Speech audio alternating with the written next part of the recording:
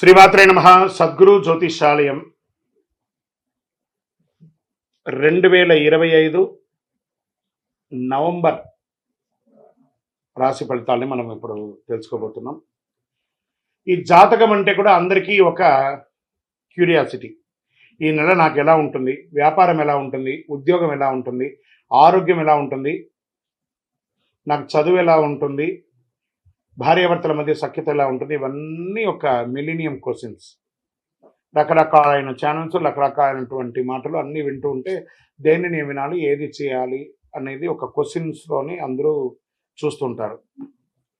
గోచార గ్రహస్థితులు అన్నింటినీ దృష్టిలో పెట్టుకొని ప్రతి ఒక్క వ్యక్తి యొక్క స్త్రీ పురుషులు అందరినీ దృష్టిలో పెట్టుకొని చెప్పడం జరుగుతుంది. ఈ యొక్క జాతకం అనేది ఈ గోచార గ్రహస్థితి ద్వారా మీ వ్యక్తిగత జీవితానికి ఒక 30 నుంచి 40% మాత్రమే వర్తిస్తుంది. మీ యొక్క వ్యక్తిగత జాతకం తెలుసుకున్నప్పుడు మాత్రమే సంపూర్ణ ఫలితం అనేది వస్తుంది. మళ్ళీ చెప్తున్నాను, జాతకం అనేది పడుతున్న వర్షానికి ఒక గొడుగు మాత్రమే, కానీ జాతకం జీవితం కాదు. నేను ప్రతిసారి చెప్తూ ఉంటాను, మీరు మిమ్మల్ని నమ్మండి, మీ ఇష్టదైవాన్ని ప్రార్థన చేయండి, జాతకాన్ని ఒక అడిషనల్గా నిత్య జీవితంలో ఒక పార్ట్గా పెట్టుకోండి, కానీ జాతకమే జీవితం కాదు. 2025 నవంబర్ నెల ధనుసు రాశి వారికి రాశి ఫలితాలంతా కూడా ఈ నెల ఎలా ఉంది అని చూసుకుంటే, గోచార గ్రహస్థితి ప్రకారము సూర్య భగవానుడు 12వ రాశిలోను, చంద్రుడు ప్రతి 2.5 రోజుకు మారుతూ, కుజుడు 8వ ఇంట్లో, బుధుడు 12వ ఇంట్లో, బృహస్పతి 6వ ఇంట్లో, శుక్రుడు 10వ ఇంట్లో, శని 3వ ఇంట్లో, రాహు 4వ ఇంట్లో, కేతు 10వ ఇంట్లో ఉన్నారు. దీని ప్రకారం గోచార గ్రహస్థితులు అన్నింటినీ దృష్టిలో పెట్టుకొని ధనుసు రాశి వారికి ఆత్మవిశ్వాసం, ధైర్యం, జ్ఞానాభివృద్ధి అవన్నీ కూడా వచ్చే అవకాశం ఉన్నాయి. కొత్త శక్తి, నూతన ఆరంభ ప్రభావం ఉంటుంది. మీకు వచ్చేసి అర్ధాష్టమ శని నడుస్తుంది కాబట్టి కొంచెం నాలుక మీద శని భగవానుడు కూర్చొని ఉంటాడు కాబట్టి జాగ్రత్తగా ఉండడం చాలా మంచిది అని కూడా చెప్పచ్చు. ఉద్యోగంలో ఉన్నతాధికారుల నుంచి ప్రశంసలు వస్తాయి, మీ నాయకత్వం బలపడుతుంది, కొత్త బాధ్యతలు, నూతన ప్రాజెక్టులు వస్తాయి, పనితీరు ప్రమోషన్ లేదా బోనస్ అవకాశాలు వస్తాయి. మాస ద్వితీయంలో కొంచెం స్ట్రెస్ అవుతారు, కొంచెం మాట పట్టింపులు వచ్చే అవకాశాన్ని నోరు అదుపులో ఉంచుకుంటే చాలు. వ్యాపార పరంగా గురు భగవానుడు మంచి అవకాశాలను ఇస్తున్నాడు. కొత్త కాంట్రాక్టులు, మిత్ర సహకారం లభిస్తుంది. మీ కృషికి ప్రతిఫలం ఖాయం. వ్యాపార విస్తరణ అనుకూలంగా ఉంటుందని కూడా చెప్పచ్చు. ఉద్యోగం చేసే వాళ్ళకి మంచి ఫలితాలను పొందొచ్చు. కఠిన నిర్ణయాలు తీసుకునే ధైర్యం వస్తుంది. రాజకీయ నాయకులకి, ప్రజాప్రతినిధులకి ఇది ఒక మంచి సమయం కూడా చెప్పచ్చు. ప్రజా మద్దతు బాగా పెరుగుతుంది. క్రమశిక్షణతో కూడిన విజయాన్ని సాధిస్తారు. ప్రజా సమస్య పట్ల ప్రజల నమ్మకం మరింత పెరుగుతుంది. మంచి పుటత్వం దొరుకుతుంది, సమాజంలో పేరు దొరుకుతుంది. విదేశీయ పోటీలు, ప్రాజెక్టులు, వీసా అవకాశాలు బాగా కనబడుతున్నాయి. విదేశీ లాభాలు, కొత్త కాంట్రాక్టులు వచ్చే అవకాశాలు ఉన్నాయి. ఐటీ రంగంలో ఉన్న వారికి కాస్త లీడర్షిప్ రోల్, కొత్త టెక్ ప్రాజెక్టులు, ఇవన్నీ కొంచెము స్ట్రెస్ని ఎక్కువ తీసుకొచ్చి పెడుతుంది. మాస ద్వితీయంలో కాస్త జాగ్రత్తగా ఉంటే చాలా మంచిదని కూడా చెప్పబడుతుంది.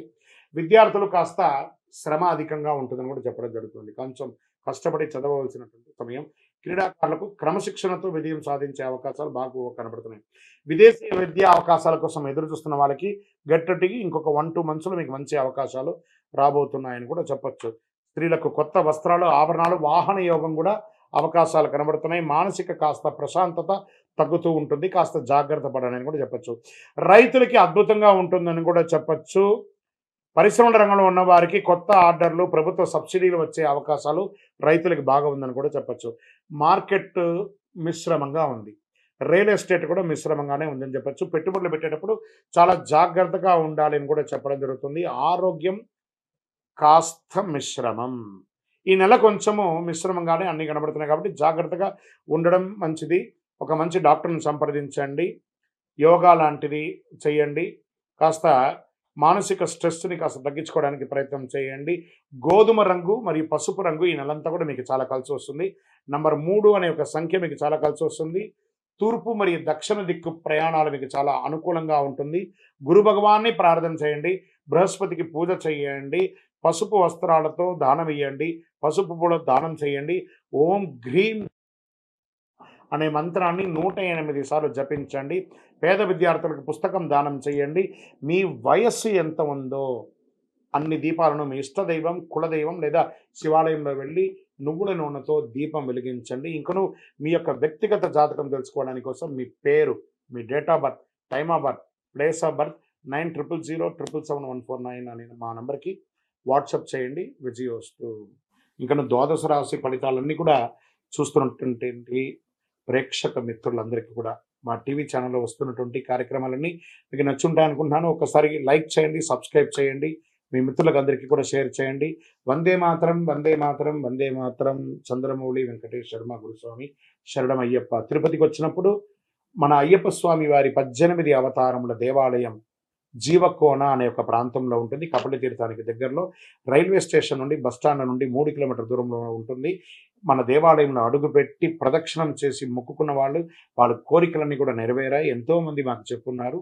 రండి, దర్శనం చేసుకోండి. విజయోస్తు. శరణమయ్యప్ప.